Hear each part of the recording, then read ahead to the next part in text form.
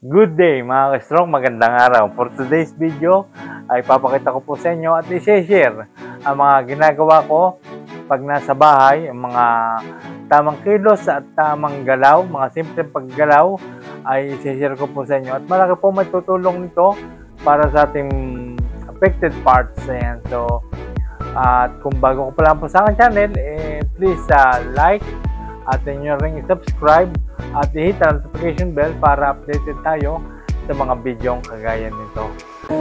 Di na. Kabayo. Maligo ko. Kung bago pa lang sa kanya, i-subscribe.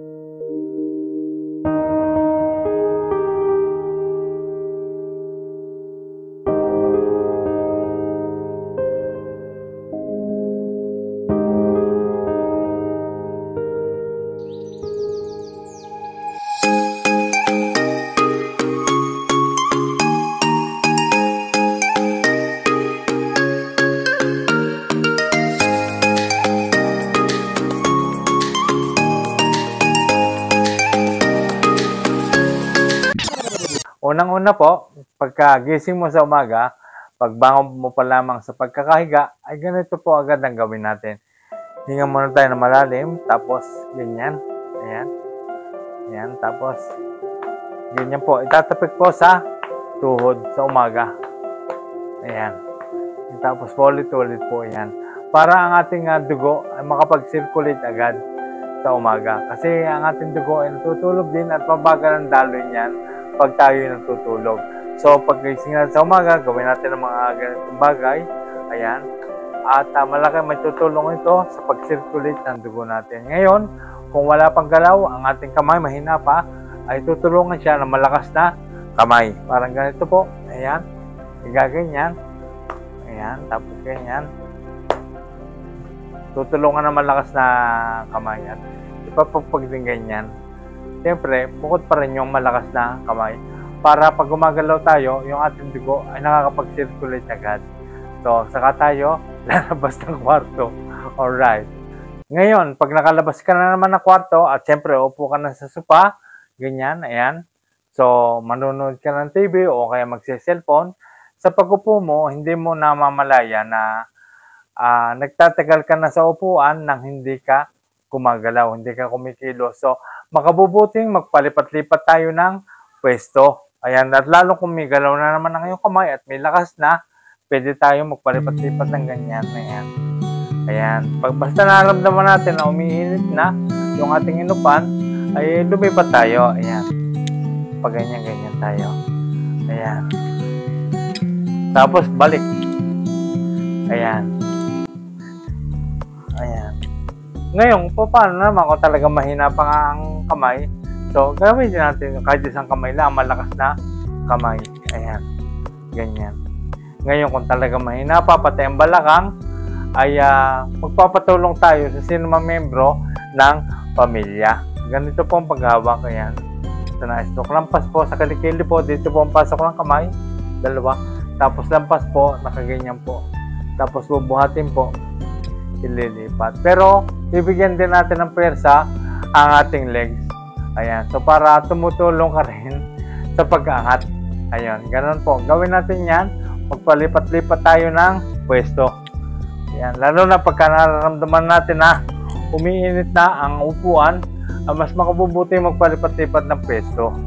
Para lagi ka rin gumagalaw. Para ang iyong katawan ay maaligansta. At yung ikaw ay mabibigyan mo ng sigla ang iyong pakiramdam. Ito po ang isa. Ayan.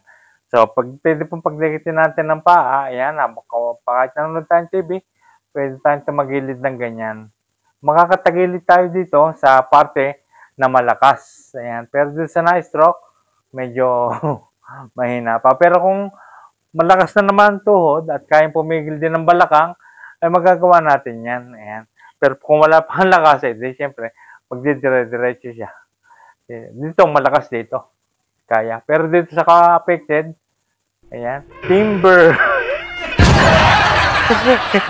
Pero, kailangan na malakas din ang iyong balakang. Kasama rin yan sa pag balanse Ayan, nasa balakang din ang tibay ng balanse. Kailangan nakakaganyan ka. Ayan, sa kabila. Mas mahirap kung nakadikit ang legs na ganyan. Ayan, no? Ganyan. Walang balakang.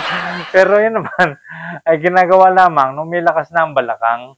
Ayan, napapractice din ng balakang para rin niya sa pagbalanse. Malaki rin na may tutulong, ganyan. Gawin nyo rin yan, yan. Basta nakakaganyan ka, ibig sabihin, makakatayo ka na ng matibay. Yan. Kahit nanonood ka ng TV, oh. Ganyan din, galaw-galaw ka rin ng ganyan. Ang mahalaga kasi yung gumagalaw ka nga. Ito pa po ang isa, yan.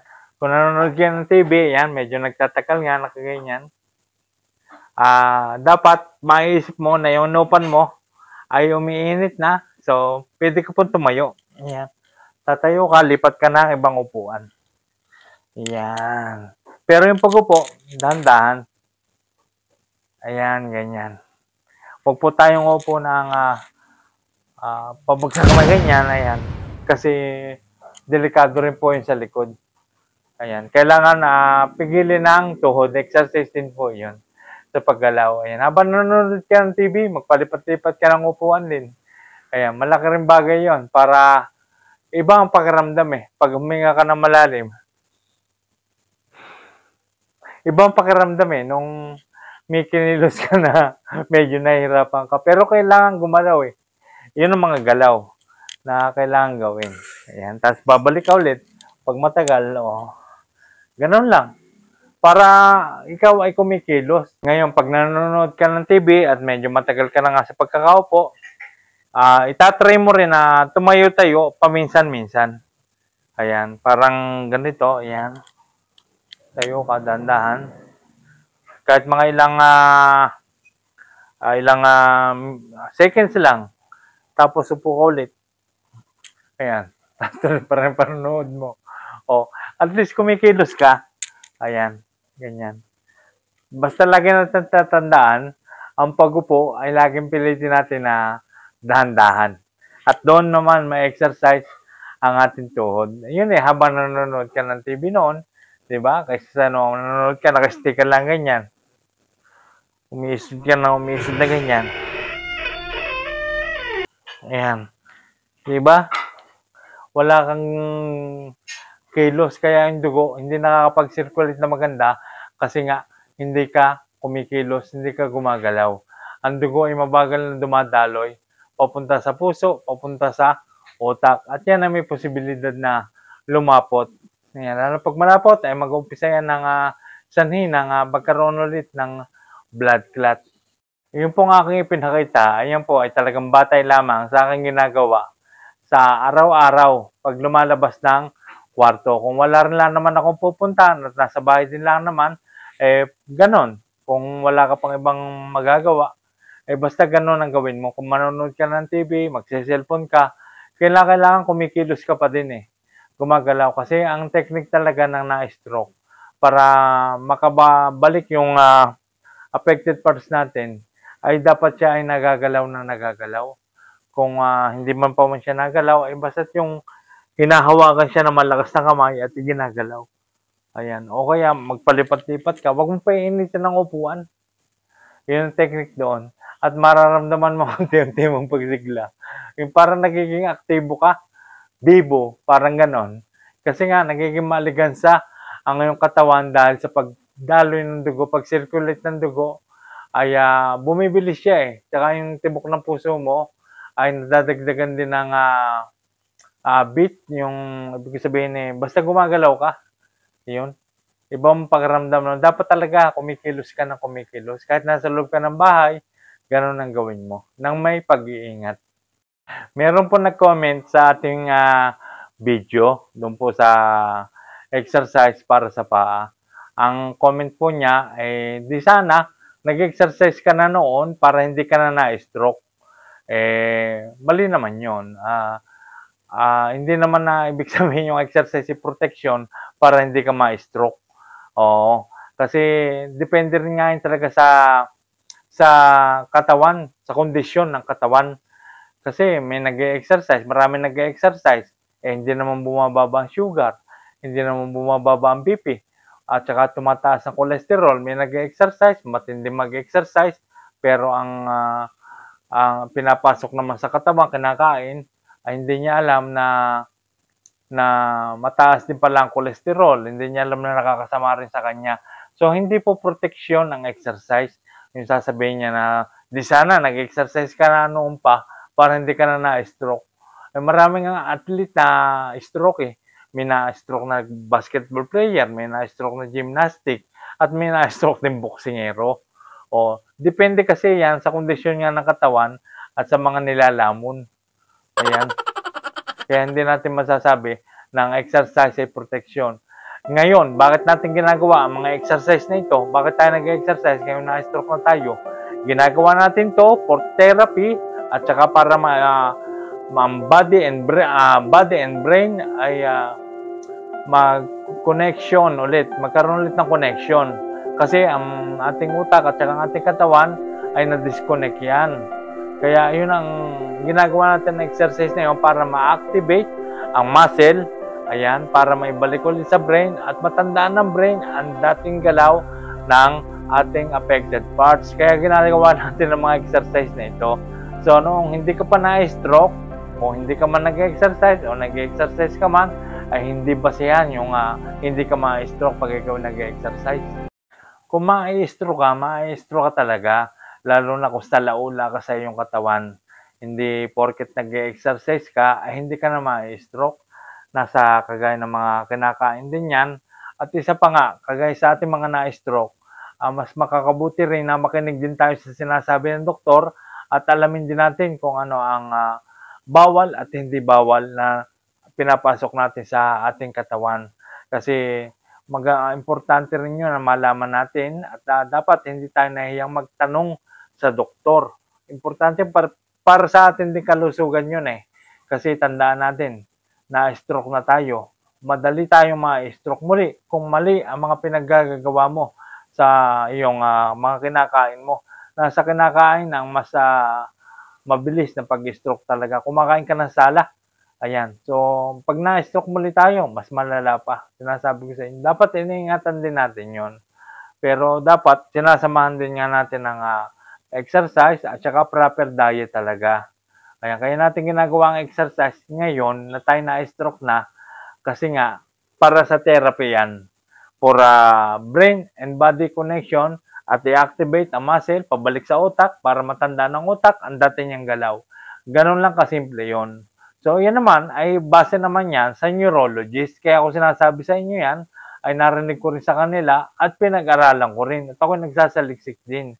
Dapat maging mapanuri din tayo. Dapat inaalam din natin ang mga bagay na ito. Kaya naman mga ka-stroke, dapat maging maingat din tayo, magkaroon tayo ng healthy conscious. Ayan. Ngayong, laro na ngayong na-stroke na tayo, kailangan natin maging maingat.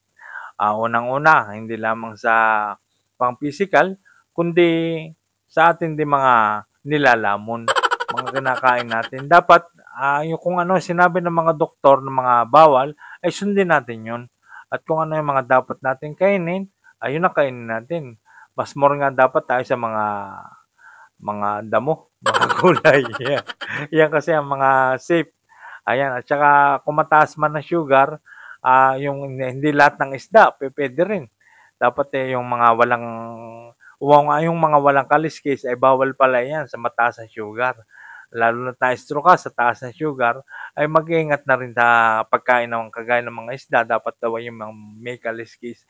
Importante ang mga sinasabi ng doktor at importante kasi yung mga dalubhasa kasi yan eh. Alam nila kung ano ang tama at mali para sa ating katawan na na-stroke. So, mas makabubuting lagi rin tayo magpa-check up. Kung ikaw ay bago pa lamang, magpa-check up ka monthly.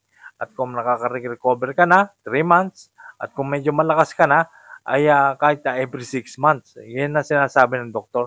Nagpapalaboratory tayo lagi kasi hindi natin alam na yung ating inner body ay meron din na apektuhan. Kaya kagaya ng, kasi na-stroke na tayo eh. Hindi na nakasinlakas ng dati ang ating katawan. Kaya dapat samahan talaga natin ang pag-iingat na, lalo na sa pagkain, madali na tayong ma-stroke kasi na-stroke na tayo. Madali natin palaputin ang dugo. Oo, at saka isa pa, lalo na yung mga nagbibisyo pa din. Mga, siyempre, hindi nakakaiwas sa sigarilyo. Marami akong nakakitang ganyan na na-stroke, naninigarilyo pa rin. Eh, pag sinabihan mo, bakit mas maalam ka pa? Di ba, gano'n? Eh, nakakalapot yung dugo. Yung nicotine. Kahit nga yung tayong mga na-stroke, makaamoy lang tayo ng second hand smoke mas delikado, lumalapot ang dugo. Kaya dapat iwasan natin din yung mga bagay na yan. So, dapat magkaroon tayo ng healthy conscious. Kaya naman mga ka-stroke, yung mga isineshare ko sa inyo, mga exercise, ay talagang base sa aking experience talaga na gusto ko ring maranasan din ninyo na kahit konti ay makarecover tayo at yung ating affected parts ay magamit na natin sa kapaki-pakinabang na bagay. At yan po ay sinasabi ko rin, nakasama din yan, yung dapat ay ikaw ay determinadong gumaling, yung may motivation ka, naniniwala ka sa iyong sariling kakayahan at laging positibo ang iniisip. At syempre, lagi nating iisipin na may pag-asa. Ang paggaling ay still possible talaga. Maniwala kayo talaga. Kahit gaano kapakatagal na na-stroke, ay laban pa rin, buhay pa nga tayo So, ipagpatuloy pa rin natin yan, mga bagay na yan. At yung kagaya sa akin, malaki na itulong sa akin ng mga sineshare ko sa inyo na kung gagawin nyo, ay talagang makakatulong talaga sa inyo. So, yun po ang aking masasabi ngayon for today's video. At lagi natin tatandaan na tayo ay gagaling, lalakas, at titigas. Ano ba ang titigas?